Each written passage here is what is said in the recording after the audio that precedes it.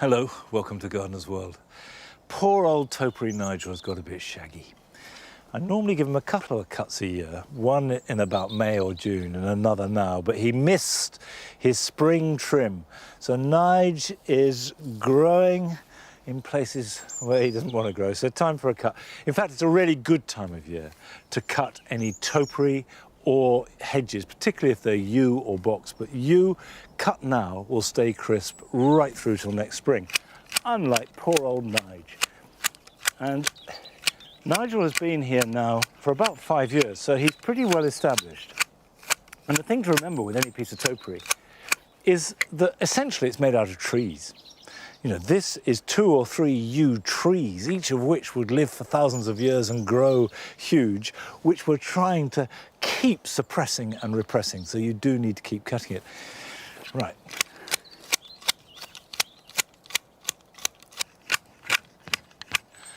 Now, coming up on today's programme, Adam meets the team behind a carefully restored Victorian kitchen garden. We moved in like 12 years ago. Yeah. We could see that there was a space here with a garden that was like absolutely crying out to be utilised as a place to grow and eat food from. We pay a visit to the garden of Steve Fletcher, resident horologist from the repair shop. This garden has been a fantastic challenge because I wanted it to look good. I wanted it to have real impact. I grow tree ferns from very small plants, and the impact of those is phenomenal. Joe visits a garden which has been created to make the most of fabulous views. Garden looks absolutely stunning. Thank you. How long ago did you plant it up? Only about 2 years ago. Yeah, on a day just like today. Really hot. Horticultural miracle, we got away with it.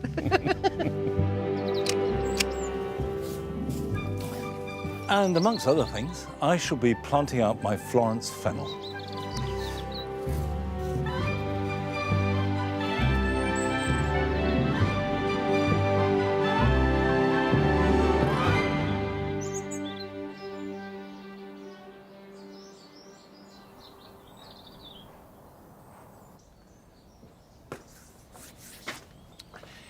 In April, I planted up a couple of window boxes, and this is the one I did for shade. The lily of the valley have been fine, but obviously are not looking up to much at the moment. But the bacopa, which I'd never planted before, has been fantastic. You can see these tiny leaves make a great ground cover, perfectly happy in shade. We've got a trailing ivy, and also, slightly madly, I planted some begonias in there.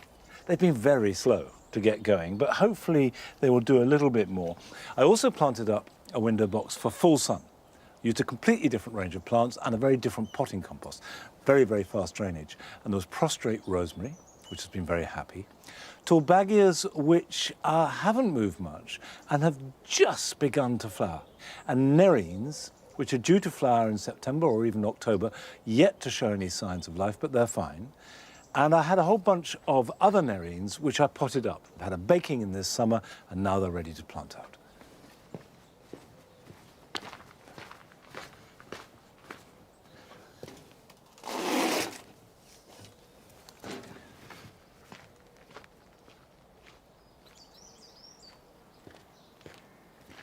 It's really quite hard for me to give nerines the conditions that they need because our soil is so heavy. We just can't have that sort of drainage, except here in the dry garden. And when you plant nerines, either in a pot or in the ground, you leave them at least half out the ground. And that bulb is what will get baked, and that's what will trigger really good flowering. So if you have lots of leaf growth, but no flowers, it's probably because they just haven't had enough sunshine. If you take them out the pot, you can see that has got decent roots. Probably should have planted it out earlier. Look, you can see it's winding round and round. But that's got a root system which hopefully will grow out well. Now, I'm going to have to find room in here. And I didn't plant them out earlier because they would be shaded by the excess growth here in the dry garden. And because it's been so hot and dry, the dry garden, which has not been watered at all, is looking pretty desiccated. But it does mean that there's more light getting through. Can you hear how gritty that is? And if I just see, that is going to drain really well.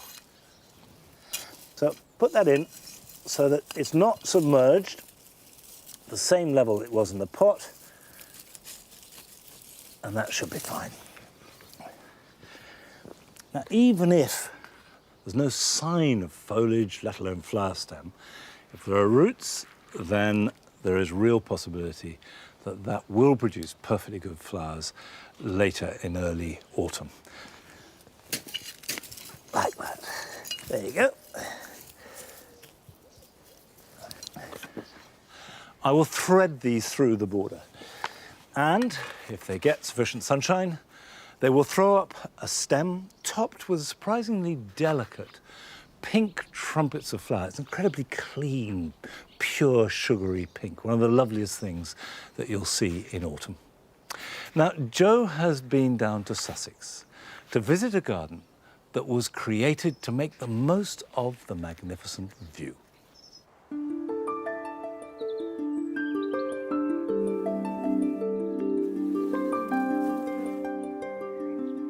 The South Downs, with its rolling hills and open vistas, seems like the perfect backdrop for any garden. But for years, this plot gave the view the cold shoulder until the garden designer Lynn Marcus came in to rework it and literally turned it around. The garden looks absolutely stunning. Thank you. How long ago did you plant it up? Only about 2 years ago. Yeah, on a day just like today. Really hot. Horticultural miracle, we got away with it. On this 1 acre, there's a wildflower meadow, paths through beds at different levels, and a formal terrace area divided by a water feature, which directs our gaze to the view. But it wasn't always like this. What was this garden like when you first saw it? There was a big tarmac road that finished in a big tarmac car park at the bottom, and there was a huge platform. I sort of caught a glimpse of the South Downs, and then I went into the garden and they'd gone. So then I walked into the house and I looked through the house and through the kitchen. Still no South Downs. It was a total mystery to me. I thought I was delusional. And then I came outside and spotted them, and therefore decided that obviously the South Downs were the most important thing of all. And it's the simplest of things, really, isn't it? You see the view and you think that's what it should be about, because everything else is subservient to it. When Lynn first set eyes on the garden, you couldn't see this dream of a view. It had been completely obscured. You couldn't see the vista from the house either because the aspect was all wrong. So Lynn did something ingenious. She redesigned the garden so the view, well, came into view. So we've got the house lining up over there, but actually you've twisted the garden round, well, you know, quite an angle to line up with the view over there, but it feels sort of effortless and seamless. How easy was that to achieve? The only way to achieve that was to twist the geometry so that you're looking directly out at that view from all the windows in the house, and then use the rill to point to the view. But I believe in quite strong geometry personally as a designer. I think it works, whether it's a traditional garden or a contemporary garden. The thing is that you're getting the strong shapes, and then you can work around that with your planting and your materials. But the main principle is look at your building and make sure that everything is tied into your doors and your windows and everywhere, so that when you're either walking out the house or looking through a window, you've got a composed view into your garden space, so that it's the backdrop for your life.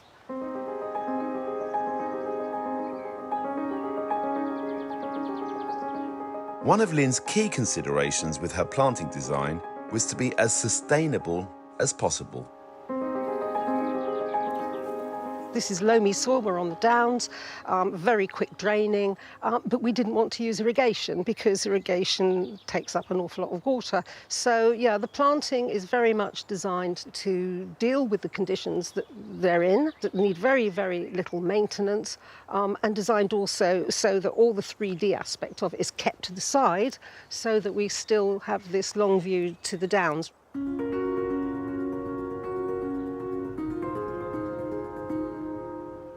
Lynn's been the absolute master of finding plants which don't obscure, but complement that view. Normally when you're designing a planting scheme, you tend to put tall plants in, things that are going to create foreground or block certain views, so it creates intrigue as you move round.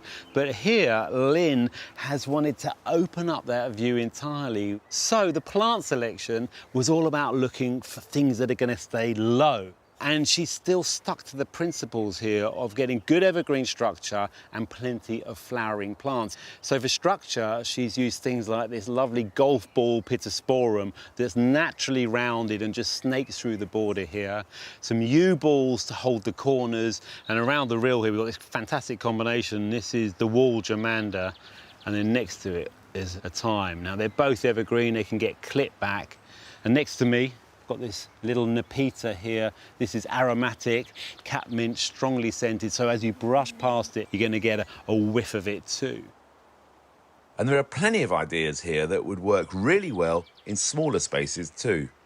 Over recent years, plant breeders have been looking to reduce the size of some plants as our gardens get smaller and as we grow more plants in containers. So something like this buddleia, normally a buddleia would get really tall, need pruning back hard every year. But this one is called Free Petite Dark Pink. It's the perfect height, it's covered in butterflies at the moment, and it's obviously very floriferous. We're here in late summer, but earlier in the year the garden sings with a glory of pink roses, lavender and verbena planted through the terraces.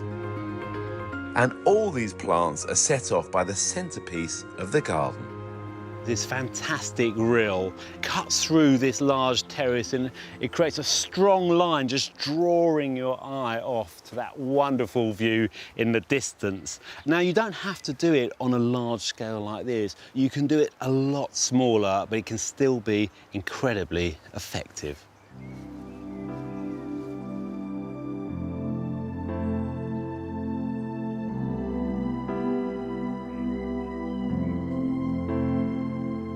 Lynn has imposed some really strong geometry on this site, and she's used plenty of straight lines like this path. Look, it runs through here and then it goes completely perpendicular at 90 degrees.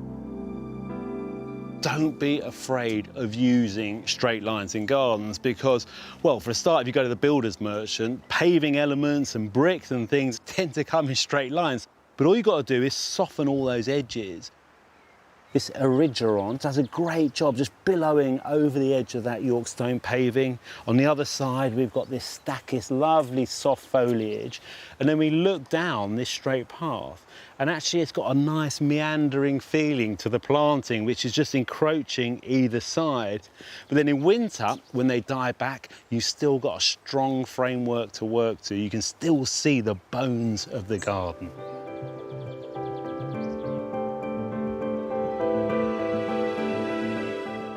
Lynn's created an outdoor space of impeccable beauty and tranquility, which flows seamlessly from the house so that even when you're within it, nothing is obscured. And that's something we can all learn from. To think about designing our own outdoor space, think of that view, whether it be a landscape, a tree, or even some simple pots.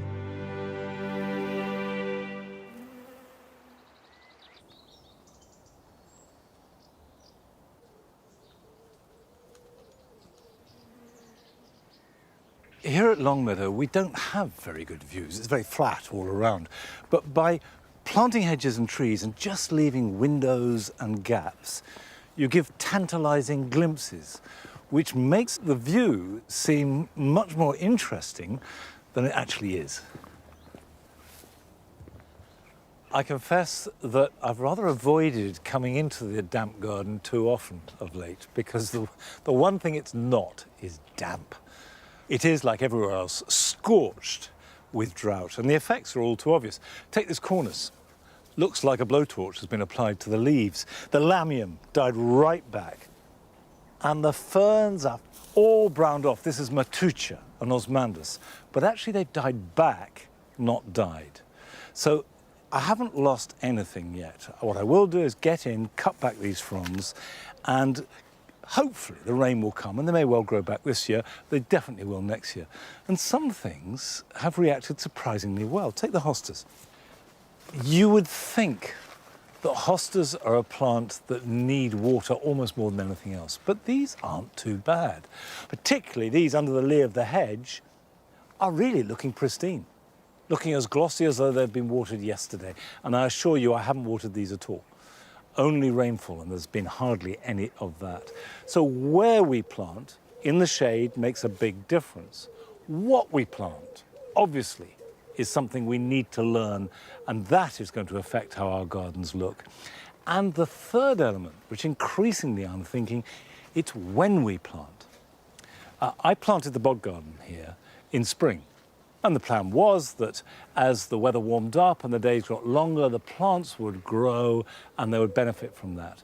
If I was going to do it again, I'd do it in October. And that would mean that the roots could go on growing for weeks, if not even months, in the warm soil. They'd get all the winter wet, maybe even get flooded.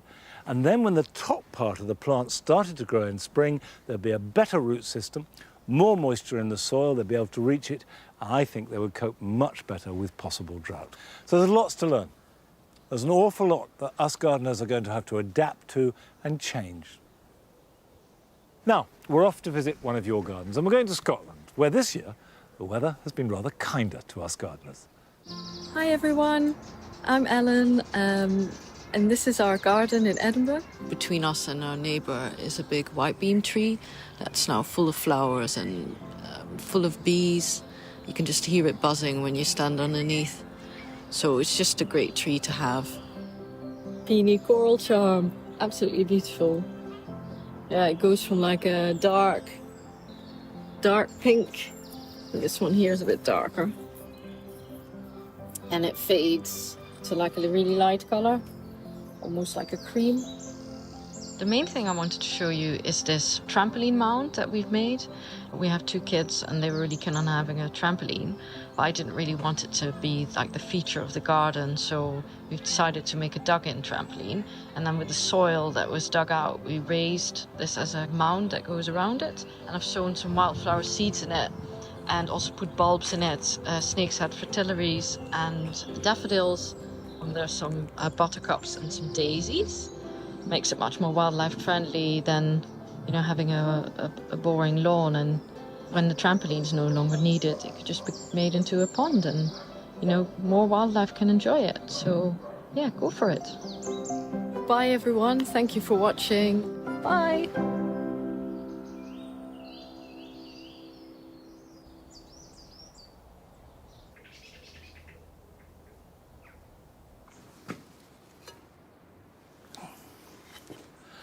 Well, thank you, Ellen. And I really like the way that you've incorporated the trampoline into the garden. It looks great, and the future plans for a pond sound pretty good too. Now, I've come up here to get this Streptocarpus. It takes really well from cuttings, and it's one of those things that you can do at any time of year. So I plan to make some more of this beautiful, intense colour, which should be ready for flowering next spring.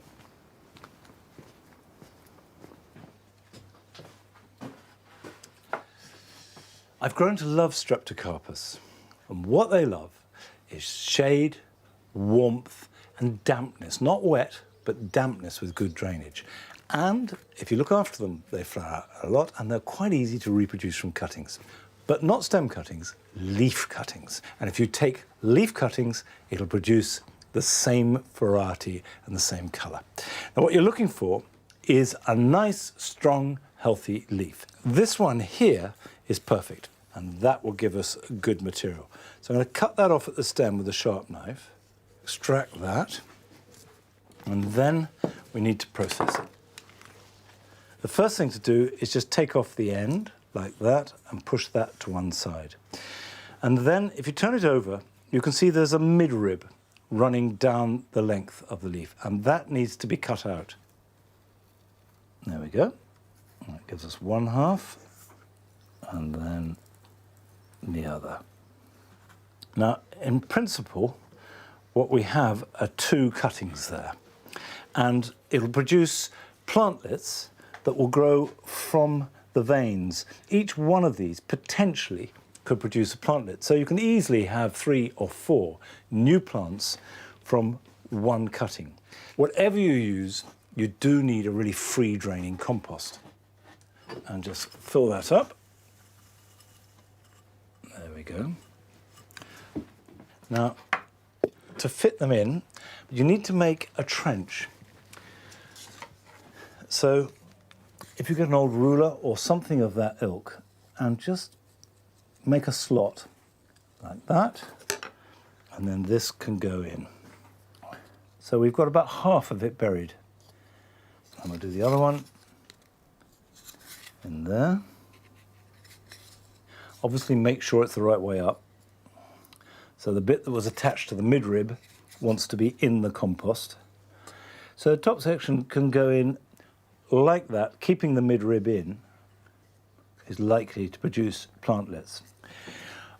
I will now put this in the greenhouse, water it, and put it under the mist propagator, but it'll work just as well if you water it and put a polythene bag over the top, and then you won't need to water it again for about 3 or 4 weeks. But the idea is to keep the air moist, but not sodden compost. And it's slow. It'll take about 3 months before you see the new plantlets, and maybe another 3 months before they're big enough to pot up. And I have produced scores of new Streptocarpus using just this method. Right, I will take this to the greenhouse. And it's time to go to Lancashire to visit a true gardening free spirit with a passion for clematis.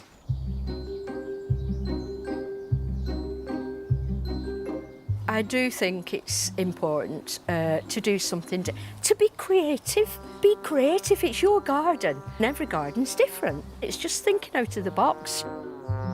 My name's Barbara Ashworth and I live in Lancashire, in Chorley.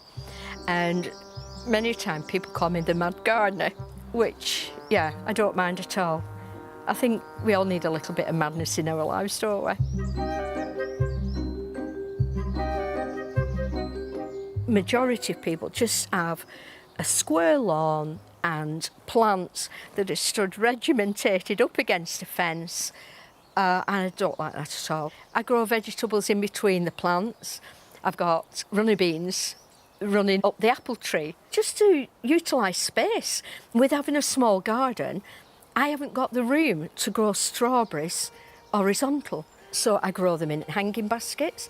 I've got tumbling tomatoes in hanging baskets. Think out of the box and use things for what they're not intended for.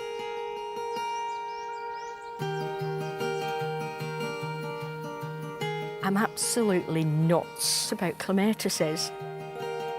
I've said to friends, I think it's an illness.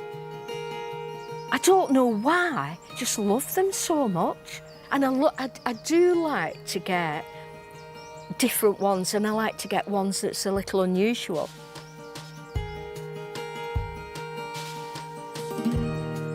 The first year clematis, they sleep. The second year they creep, and the third year they romp. And so many times I've bought new clematises and I've thought, oh, I've lost it, it's died. And then all of a sudden, there it is, and it's romping on, and I think, oh, it must decide, yeah, I'll give it a go living here. It's quite nice after all.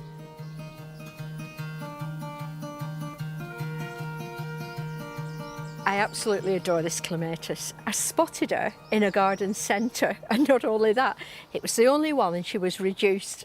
I thought, she's got my name on it, she's coming home with me.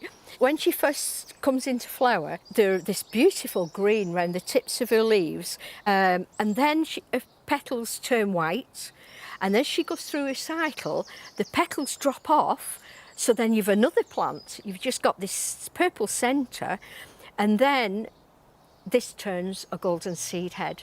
So I feel like I've got 4 clematises in one as she goes through her cycle. Unfortunately, I can't remember her name. She's like most of the plants in my garden. They all have the same name. I don't know.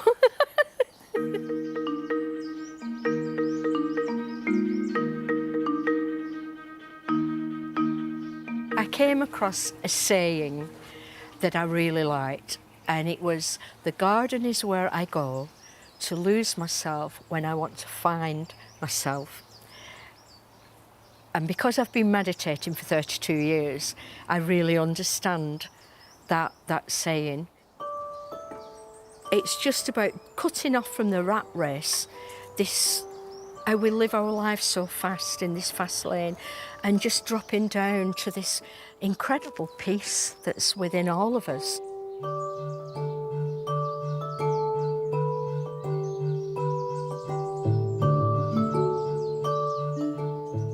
This is a green rose. She's not a looker, she's no fragrance, she looks very similar to a hop. I bought this specifically for when people go around. They'll go around the garden and I just know they've not seen everything. And I'll say, have you seen the green rose? Green rose? They've never even heard of a green rose. They go round again. But as they go round the garden again, they go slower this time, really looking at the garden, at the plants, rather than the overall view. So this is why I bought her. Some people find her, others don't. But yeah, it's good fun. It's good fun.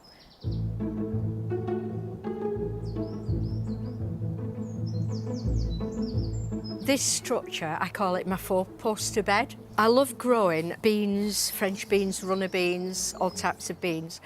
But it's really difficult to put canes up. One person as a step ladder, it's quite difficult. So I came up with this idea of this four-poster bed where I've got a permanent structure and I've run wires from top to bottom, which gives the beans a structure to run up. They absolutely adore them. It's also given me a raised bed within it that I can use, where at the moment I've got chard growing, and it's given me another 2 posts on this side where I've got clematis. I just think, you know, have a go. It's not Chippendale, is it?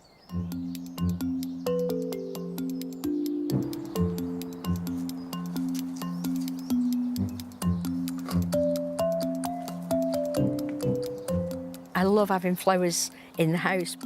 Through the winter, I save all my empty coffee jars, and then when I've had the open garden, I'll cut different flowers and put a little bit of water in, and then I go around like a flower fairy, and I drop off all these glass jars and just leave them at the neighbours' front doors.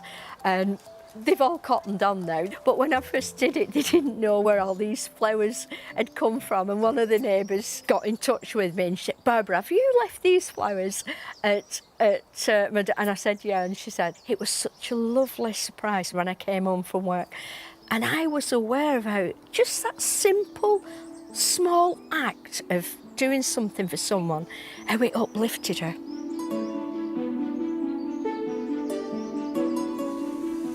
Lots of people have said, oh, Barbara, it must be a lot of hard work.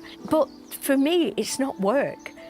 It's work is when I have to go and dig and bag up horse manure for the garden. That is back-breaking.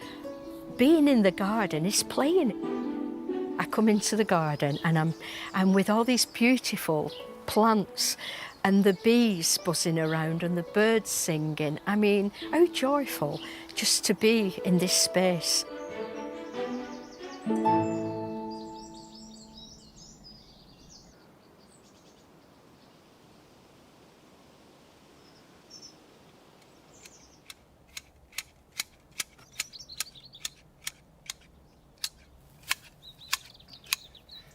Well, gardening, certainly it does bring calm, but if you really want rest, lavender, the fragrance of this lavender rising up as I'm clipping it, just sort of soaks you with that rich sense of just calm. And of course, lavender under the pillow does aid sleep. Lavender oil in the bath relaxes you.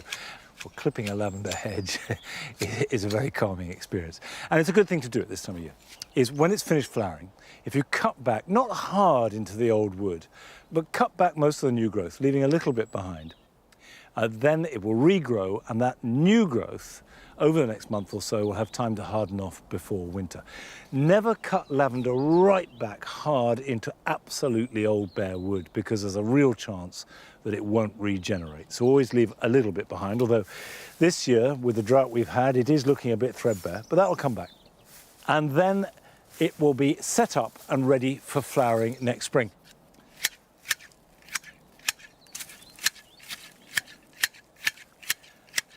Now, still to come. Adam visits a walled kitchen garden in Rington, just outside Bristol. The array of fruit and vegetables they grow here, it's a little bit mind-blowing, but there is so much that we know and understand, whereas this, slightly more unusual. It's called a grettin. We visit the repair shop Steve Fletcher, who doesn't just love his clocks, but also has a passion for ferns. This is a small tree fern, and this is one that I've grown from a little fernlet. I think I paid £7.50 for this little plant, and now it's repaying me by growing into this superb example. But first, we're going to visit one of your gardens in Bedford. Hello, my name's Emily and welcome to our garden. When we first moved in, the area was pretty much decking, very bare, very beige, but over the last few months we've really enjoyed trying to make it into our mini jungle, and it's a little bit daunting initially in a small space putting really large plants in, but we soon realised actually how much of a difference it makes. So from initially thinking when we first moved in that maybe we can fit 1 or 2 plants in, well, we've certainly caught the bug and we just keep finding nooks and crannies where we fill the space even more. And I'm pretty sure there are more plants to come. My partner created these raised shelf planters which really add an element of seclusion. You can have a cup of tea, hunker down, read a book, and you feel cocooned by plants all the way around. One of my favourite plants in the garden is this heuchera called Bloody Dinosaur, and although something's definitely had a good munch on it, I love how the colour really does look like the skin of a dinosaur, so very true to its name. Clearly the cat loves it too. It's not just us who loves our tiny garden. As you can see, our cat Ragnar is particularly fond of sitting under the Acer in his tiny jungle. From bare and beige to luscious and hopefully ever growing, the garden is well and truly our favourite place. Thank you for joining us. I hope we've offered a snippet of inspiration for any gardeners who are pretty much living out of containers. It's doable. So thank you and goodbye.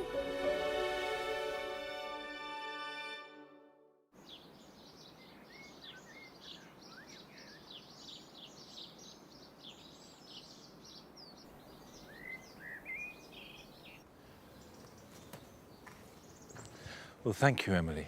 And you're absolutely right. It's extraordinary how many plants you can get into a relatively small space. And as you say, I'm sure there are many more to come. Now, the vegetable garden here at Longmeadow is looking surprisingly good considering the weather we've had. The carrots have had a tough time of it because I haven't watered these once since I sowed them. I've pulled 1 or 2 and they've been very woody. And if you pick them out, you can see that they're not too bad, and if I cut that, fantastic carroty smell. And actually that one isn't too bad at all, so maybe most of them will be okay, but I'm not going to leave them in the ground. But I'm now going to plant out some Florence fennel. But if your soil is anything like mine, it will be as dry as dust.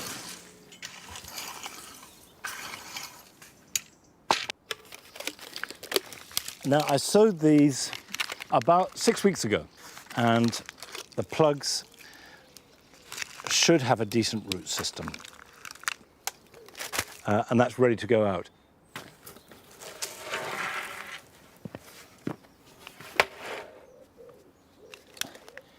I always use a board which both gives me something to stand on and also a straight edge and the width of a double row.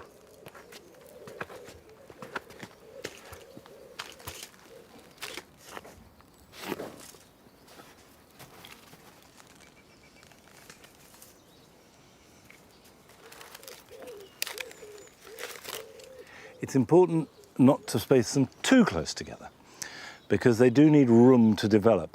And also, the closer they are together, the less water there will be available for each individual fennel. And so you get a nice big plant, I would say, well, in old money, about 8–9 inches apart.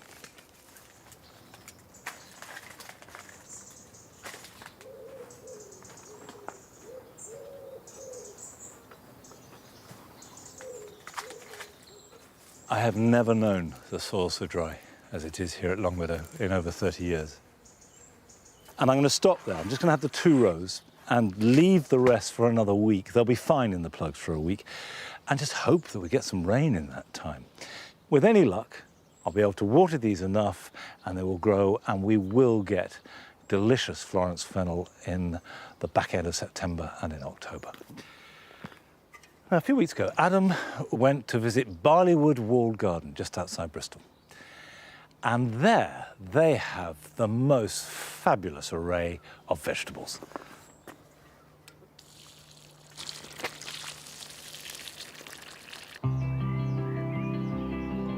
The Victorians certainly knew how to build on a grand scale. And this kitchen garden in Rington, just outside Bristol, is a classic example.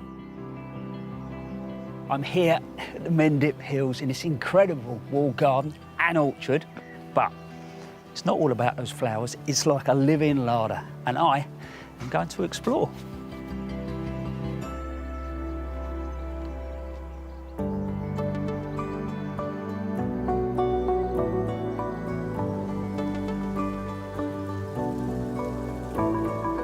In the 70s, the Barleywood estate was sold, and the kitchen garden gradually fell into disrepair. But in the 90s, new owners took over, and so began the reconstruction of the walled garden. Now, Matthew Pennington and his team run a restaurant on the site using the produce from the garden.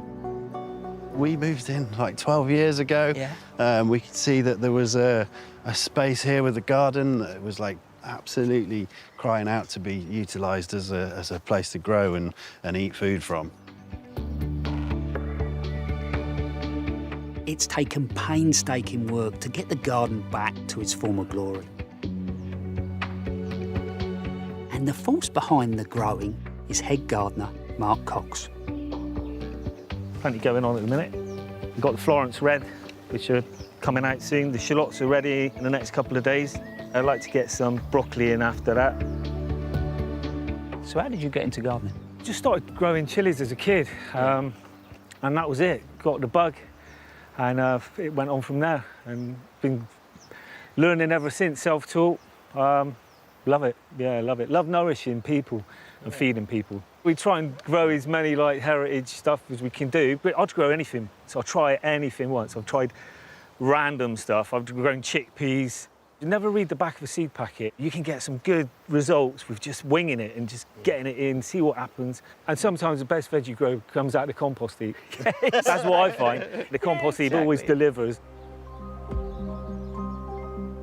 The array of fruit and vegetables they grow here is a little bit mind-blowing, but there is so much that we know and understand, whereas this, slightly more unusual. It's called a Gretti. I've grown it for a couple of years. It's a great replacement for something like Sampha. This is an Italian version.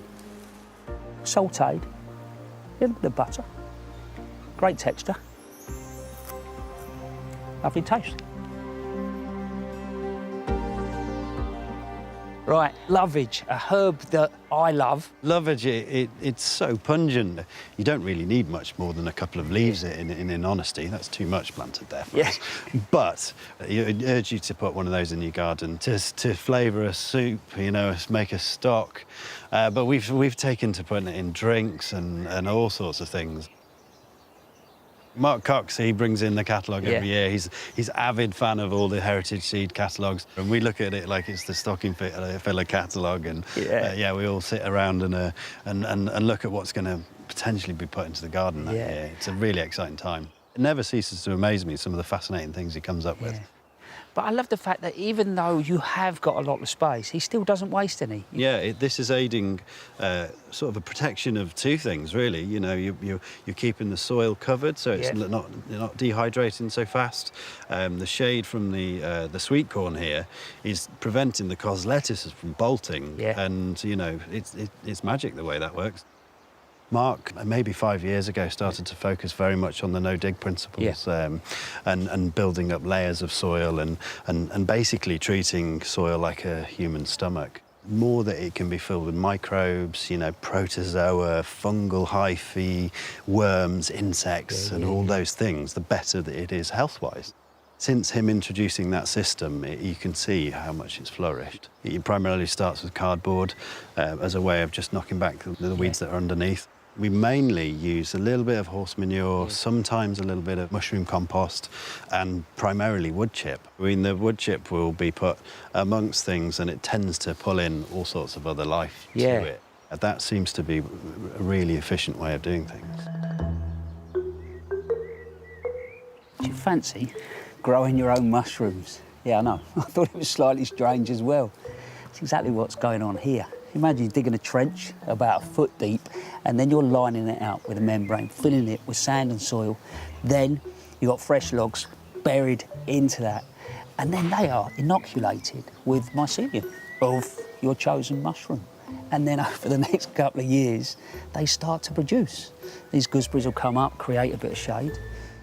That is something I'm going to try at home.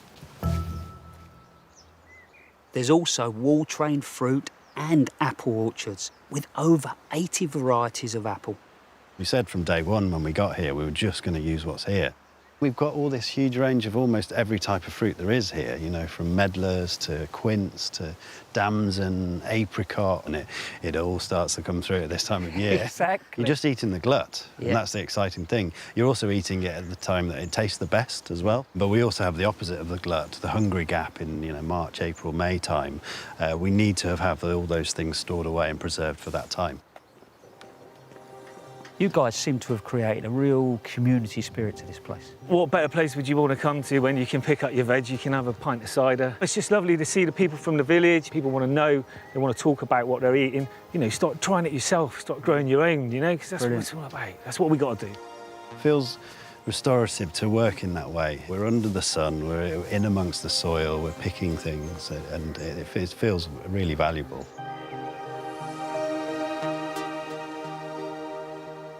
This really is a beautiful place, but I don't think it's all about growing food.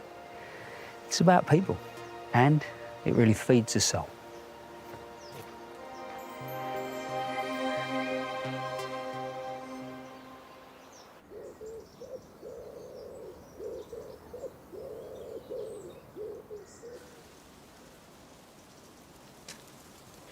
If you're in the Bristol area, then the wall gardens are well worth a visit, and you can see they look magnificent.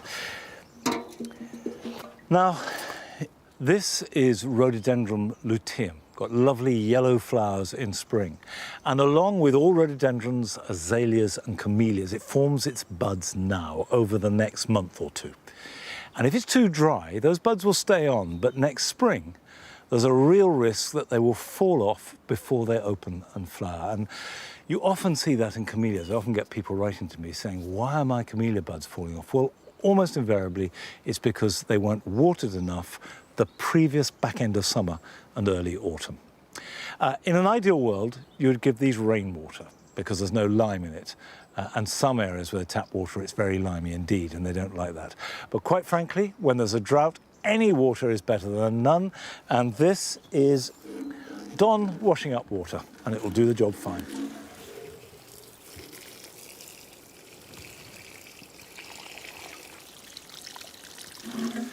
You can see there's a bit of froth from the soap, but that won't do any harm.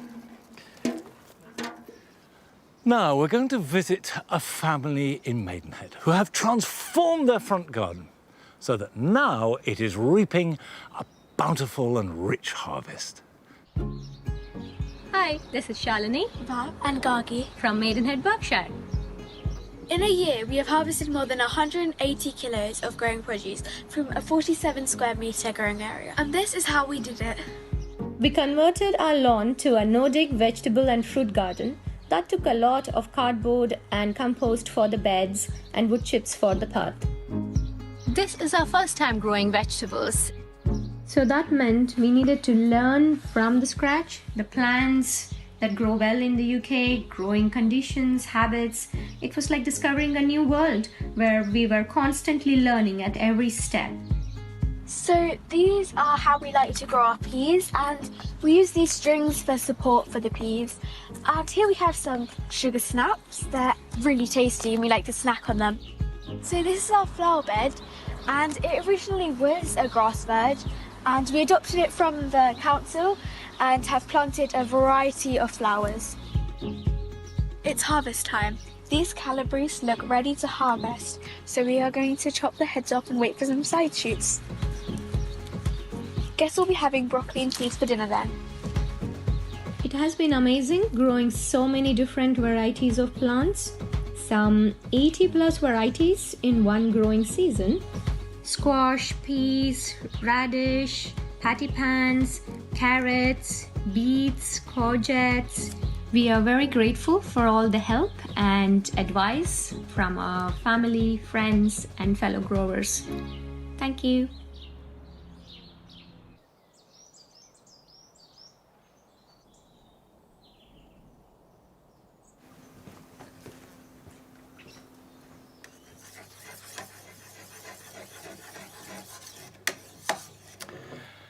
I have to say, Shalini Vakangagi, that is so impressive. And not just the quantity, I mean, over 80 varieties is pretty amazing. The quality looks wonderful. You should be very proud of yourselves. I'm sharpening these shears, partly because it's something I do and I enjoy doing, but also because we're coming up to that time of year when there's a lot of hedge cutting to do. And it doesn't matter whether you're using shears, whether you're using secateurs, loppers, even a knife for taking cuttings. It should be sharp. And to keep it sharp, if you're using it, you do need to sharpen it sort of at least once a week. I like to use a whetstone and use water. And if you have water, what it does, it creates a paste from the stone, which in itself is abrasive. And you just get the edge back onto it and then clean it off on the other side. And then that's really sharp, and then wipe it down. And then if you oil it, that will stop it getting rusty. And as well as being very effective, they're much safer. If they're really sharp, you can control it. And you don't have to use any force, you just steer it. And that's safe, and much better horticulturally. Because a ragged edge, which you always get if you've got a blunt tool or if you're trying to force it, is much more likely to let in infection or virus of any kind. So all in all, everything benefits. Keep your cutting implements as sharp as possible. Now, if, like me, you enjoy watching The Repair Shop, you will be very familiar with Steve Fletcher and that he is an expert horologist. But you may not know that he's also a very keen gardener. And we went to visit him in his garden in Oxfordshire.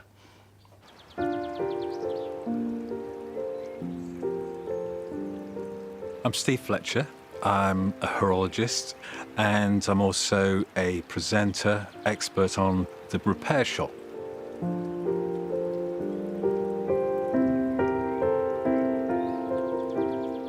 I repair clocks and watches, and one of my favourite hobbies is gardening.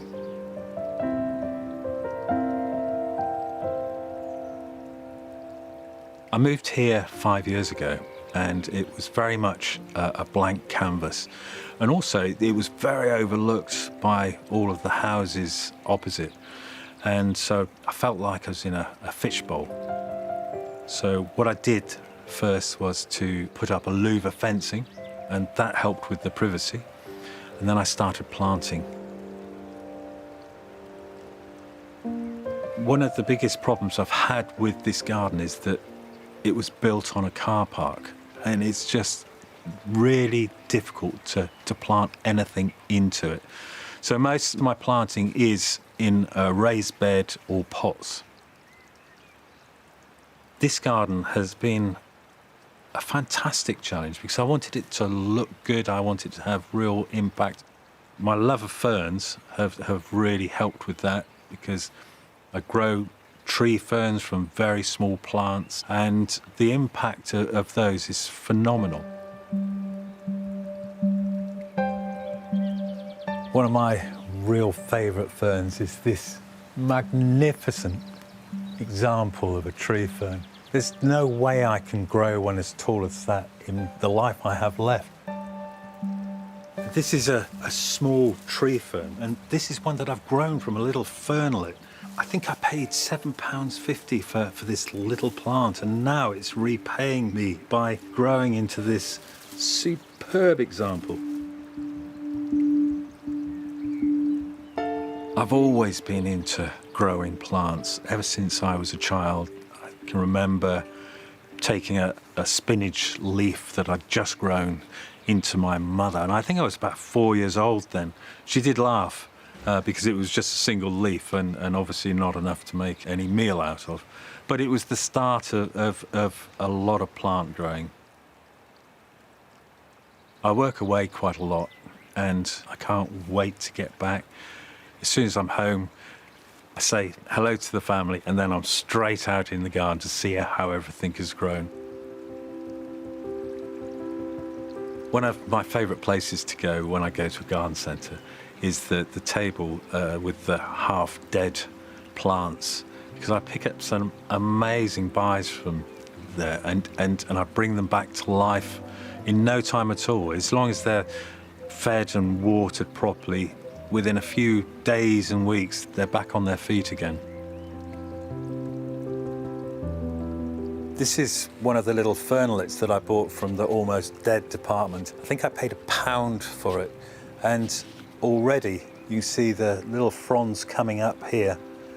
And soon, within a couple of years, this is going to be a magnificent fern. It's going to have huge fronds.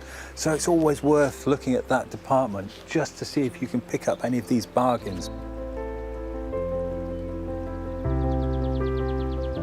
A couple of weeks ago, I bought this alocasia, and the leaves were all lying down. You can see these are going brown, and already I've got 2 new leaves growing up here. And I think I paid £5 for this. Such good value for money. And that is going to look absolutely magnificent.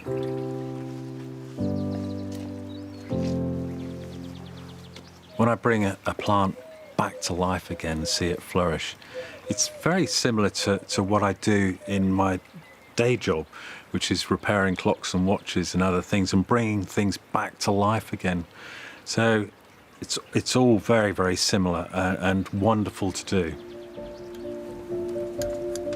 One of the things that I didn't want to do in the garden is to have any chemicals if possible. So no sprays, no slug pellets, because I worry about the effect that has on wildlife. And one of the things that I've devised is that I get old electrical wire and strip off the plastic to the copper cable inside, and I can twist that around different plants to stop the slugs from coming up and eating the plants, because slugs don't like copper.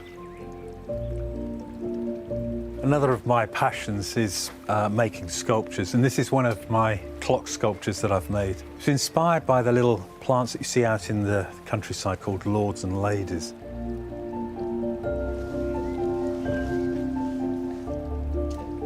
One of my friends in the garden is Philip, and Philip is a tortoise. He's always wanting to be with me whenever I'm doing any work at all. He's always pushing the bucket around or pushing any of the plants that I've cut off and put on the ground. He'll make a mess of it. But he's good company, and I think he enjoys it. He doesn't say much.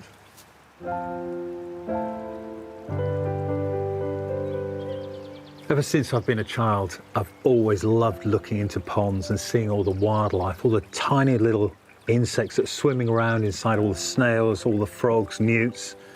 And I can spend hours just watching it. It's just fascinating.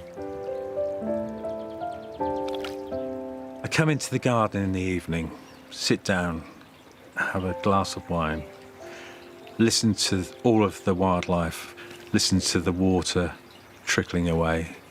And it's one of the most relaxing places I know in the whole world. And it's really good for the soul. It's a very, very important, special place for me. For my own sort of mental health, I think it's so important to have a space like this that you can just lose yourself in.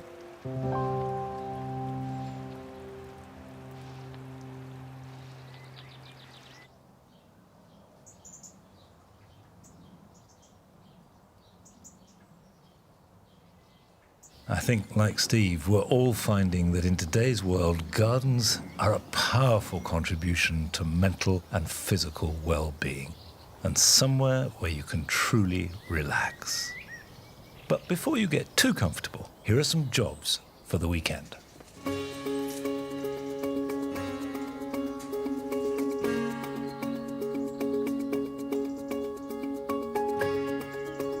It's unrealistic to expect any squash or pumpkin plant to produce more than 3 or 4 fruits at a maximum. And this year, everything is advanced, so it's not too early to start cutting them back. Remove excess trailing growth and also any small immature fruits that will take away from the maturation of those that are already well established. And they should be ready for harvest in about a month's time.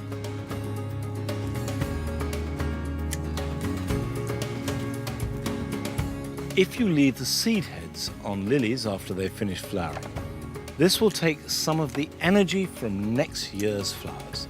So cut them all off and leave the stems and the foliage to die slowly back, which will feed into the bulb and ensure maximum floral beauty next summer.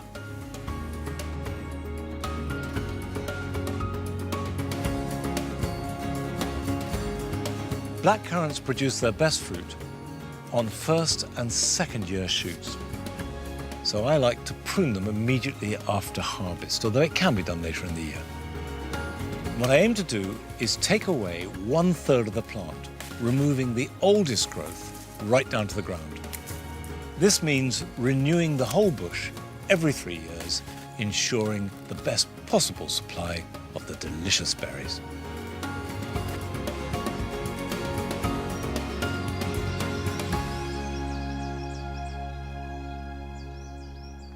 Come on, good girl. The jewel garden has surprised me in the way that it's responded to drought, because you would think that the growth would be really effective, but by and large it's got the same vigour, both of colour and of growth, that it does in most years. Take cannas, for example. Those are plants that conventionally need a lot of moisture, but they've grown really well. They're flowering really well. And yet bananas, which are superficially quite similar, have done very badly. They are about 1/5 of the size that they normally are. And if this kind of drought becomes a regular pattern of our summers, then really they're not going to be viable. But most plants have done perfectly okay. And I put that down to the fact that the jewel garden has been mulched heavily for the last 1/4 of a century. There's a huge amount of organic matter added to the soil. That means that it holds moisture, and also the roots have a good root run and get down deep and find the moisture wherever it is. So that's one answer. You add organic material, but it's only one, and there are many more to find out. In fact, we don't even know all the questions. This process of dealing with climate change is one that we are all learning about and all sharing. But that's it for today. I'm going to take a few weeks break now. So next week, you will be with Adam at 9 o'clock. And I'll see you back here at Longmeadow in a few weeks' time. Till then, bye-bye.